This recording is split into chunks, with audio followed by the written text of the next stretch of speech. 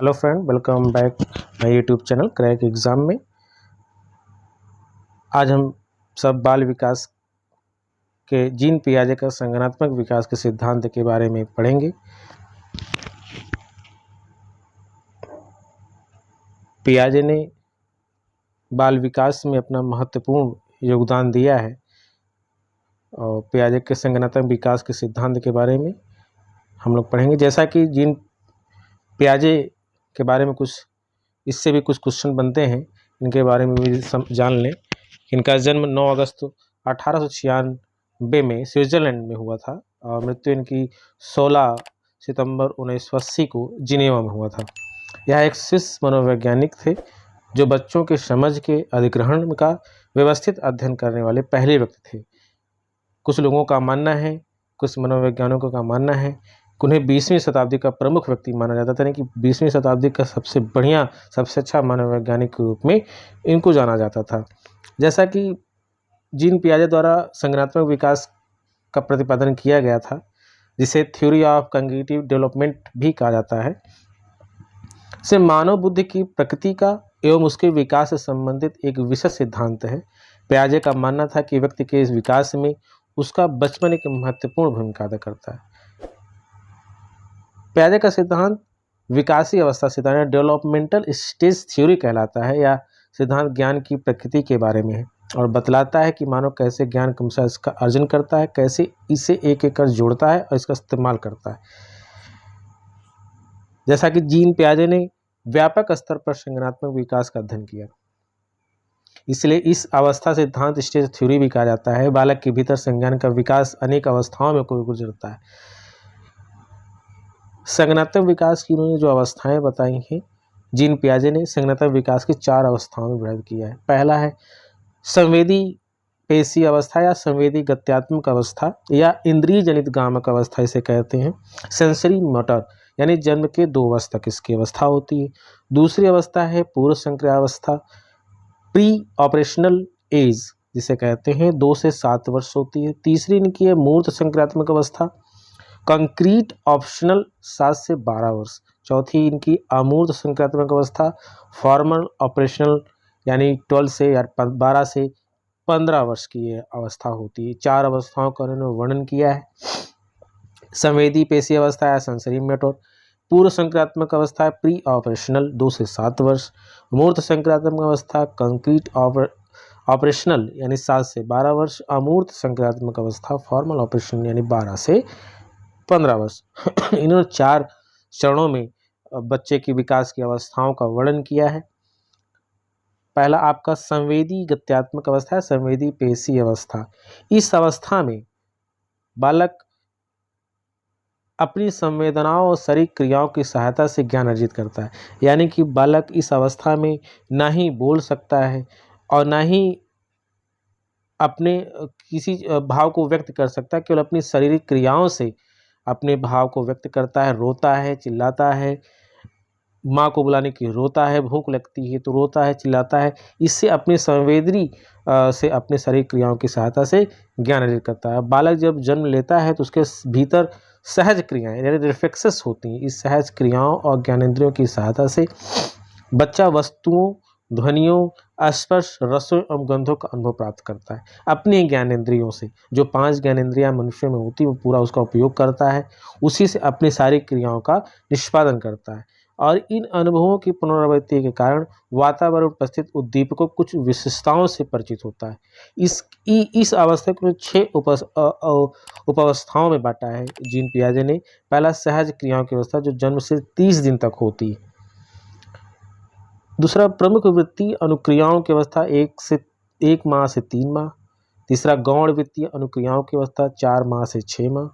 गौण स्कीमेटा की समन्वय की अवस्था 7 माह से 10 माह। पांचवा है तृतीय वृत्तीय अनुक्रियाओं की अवस्था 11 माह से 18 माह। चौथा मानसिक सहयोग द्वारा नए साधनों की खोज की अवस्था 18 माह से 24 माह। इस बीच में बच्चा जन्म से 30 तक जो सहज क्रियाओं की अवस्था होती है, इसमें अपना हाथ हिलाना, पैर हिलाना, गर्दन को हिलाना, आँख के पलकों को झपकाना, ये सब सहज क्रियाओं के अंतर्गत लिखी आती हैं। प्रमुख वृत्तीय अनुक्रियाओं की अवस्था 1 माह से 3 माह, यानी कि जितनी भी अपनी अनुक्रियाओं को करता है उसमें अपने सारे अनुक्रिया को एक सहज रूप से वो अपने अंदर केंद्रित कर लेता है, उसके हिसाब से वो उसको सीखता है। ये सब सारी अवस्था संवेदीय पेशी अवस्था के अंतर्गत आती हैं। दूसरा आपका पूर्व संक्रियात्मक अवस्था, जीन पियाजे का जो जन्म से आपका 2 से 7 वर्ष तक ये अवस्था पूर्व संक्रियात्मक अवस्था होती है। दूसरे वर्ष की समाप्ति के निकट आकर बच्चा अपने अनुभवों के साथ सदैव सीधे भौतिक रूप से अंतःक्रिया करने के स्थान पर उसका मानसिक रूप से निरूपण करने के योग्य हो जाता है। अर्थात कहने का तात्पर्य यहाँ पे ये है कि जैसे बच्चा दूसरे वर्ष की समाप्ति के तीसरे वर्ष में जाता है, वो अपने अनुभवों को सदैव भौतिक रूप से नहीं जोड़ता है, वो अपने मानसिक रूप से यानी अपने दिमाग से सोचना शुरू कर देता है। इस अवस्था में बालक स्वकेंद्रित व स्वार्थी न होकर दूसरों के संपर्क से ज्ञान अर्जित करता है। यानी कि ये एक प्रकार से बच्चा दूसरों को अनुकरण करता है कि जैसे कोई माता पिता क्या देख रही हैं, टीवी देख रही हैं, सामान उठा रही हैं, उसको देख के वो उसी प्रकार से वो कार्य करता है। अब वह खेल अनुकरण, चित्र निर्माण तथा भाषा के माध्यम से वस्तुओं के संबंध में अपनी जानकारी अधिकाधिक बढ़ाता है।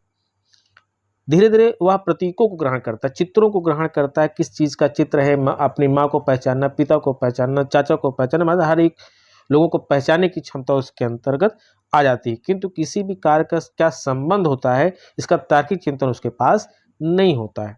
इस अवस्था को इसीलिए अनुकरणशीलता अवस्था भी कहा जाता है। काफ़ी प्रश्न घुमा के कभी कभी आयोग पूछता है कि अनुकरणशीलता किस अवस्था को कहा जाता है, तो पूर्व संक्रियात्मक अवस्था को अनुकरणशीलता कहा जाता है। इस अवस्था में बालक के अनुकरणों में परिपक्वता आ जाती है।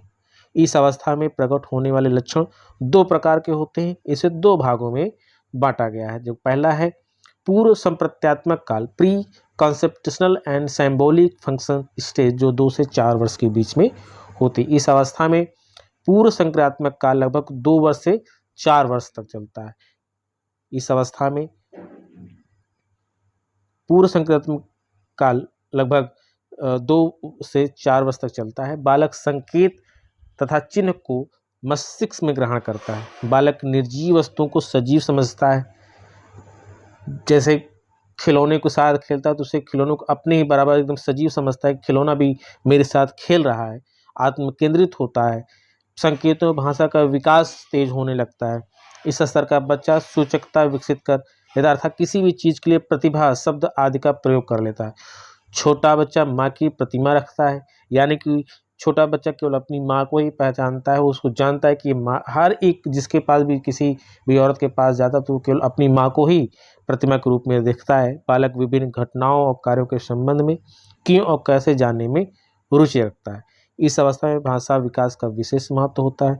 2 वर्ष का बालक 1 या 2 शब्दों के वाक्य बोल लेता है, जबकि 3 वर्ष का बालक 8-10 शब्दों के वाक्य बोल लगता है। ये पहली अवस्था थी पूर्व संक्रात्मक, जो 2 भागों में बांटा गया, पूर्व संप्रत्यात्मक काल। दूसरा है अंतः प्रज्ञा काल, इंट्यूटिव थॉट सब स्टेज, 4 से 7 वर्ष, यानी बालक छोटी छोटी गणनाओं जैसे जोड़ घटाना आदि सीख लेता है, संख्या प्रयोग करने लगता है। इसमें क्रमबद्ध तर्क नहीं होता। जैसे कि आप यहाँ पर देखिए, कहने का तात्पर्य यहाँ पे आपका ये है कि जैसे बालक गणनाओं जैसे 4 + 2 इसको जोड़ लेगा, लेकिन इसको क्रमबद्ध तरीके से नहीं रख पाएगा कि 4 कैसे हुआ, 2 कैसे हुआ, 6 कैसे हुआ।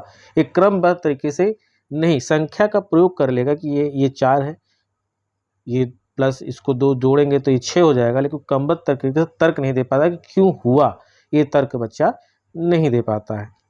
तीसरी अवस्था आपकी है मूर्त संक्रियात्मक अवस्था। इसमें बच्चा 7 वर्ष से 12 वर्ष की इस अवस्था में होती है। इसे मूर्त संक्रांत बच्चे की एक महत्वपूर्ण उपलब्धि यह होती है कि इसके चिंतन में उत्क्रमणता है, चिंतन की क्षमता बढ़ जाती है इस अवस्था में, मूर्त संक्रांत अवस्था में।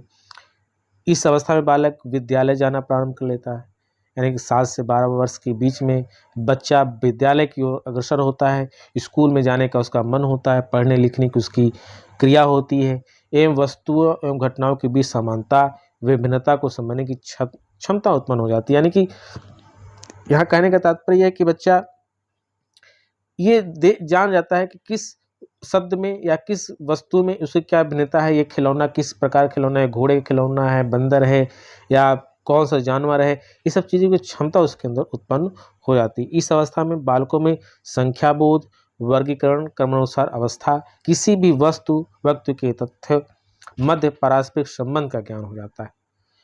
वह तर्क कर सकता है, संक्षेप में अपने चारों ओर के पर्यावरण के साथ अनुकूल करने के लिए अनेक नियम को सीख लेता है। इस आयु का बच्चा किसी समस्या की गहराई तक जाकर उसके बारे में सुव्यवस्थित ढंग से चिंतन करने में असमर्थ होता है। यानी कि किसी भी बहुत गहराई में जाकर किसी समस्या को हल करना हो, इस समस्या को अभी हल करने में असमर्थ होता है। इस आयु के बालक अमूर्त तर्कणा की योग्यता भी नहीं होती, यानी धर्म, नैतिकता आदि अवधारणाओं के बारे में नहीं सोच पाता है। चौथा है औपचारिक या अमूर्त संग्रहण अवस्था। यह अवस्था 12 वर्ष के बाद की है। इस अवस्था की विशेषता निम्न है।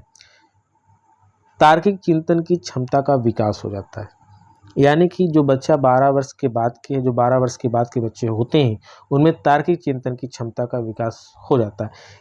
क्यों होता है, कैसे होता है, कहाँ से होता है, सब चीज़ की चिंतन की क्षमता उनके अंदर विकास हो जाता है। समस्या समाधान की क्षमता का विकास हो जाता है। कोई भी समस्या उनके सामने रखी जाती है, जैसे आपने 4+2 कक्षा हुआ तो क्यों हुआ, इस चीज़ का समस्या का समाधान का विकास उनके अंदर हो जाता है। वास्तविक अवास्तविक में अंतर समझने की क्षमता का विकास हो जाता है। कौन सी वस्तु सजीव है, कौन सी निर्जीव है, कौन सी वास्तविक है, कौन सी अवास्तविक है, इस सब को अंतर समझने की क्षमता का विकास उन बच्चों के अंदर उत्पन्न हो जाता है। वास्तविक अनुभवों को काल्पनिक परिस्थितियों में ढालने की क्षमता का विकास हो जाता है। परिकल्पना विकसित करने की क्षमता का विकास, विसंगतियों के संबंध में विचार करने की क्षमता का विकास, ये सब चीज़ों का विकास अमूर्त संक्रमण अवस्था में बच्चों के अंदर उत्पन्न हो जाता है। जीन पियाजे ने इस अवस्था को अंतर्ज्ञान भी कहा है।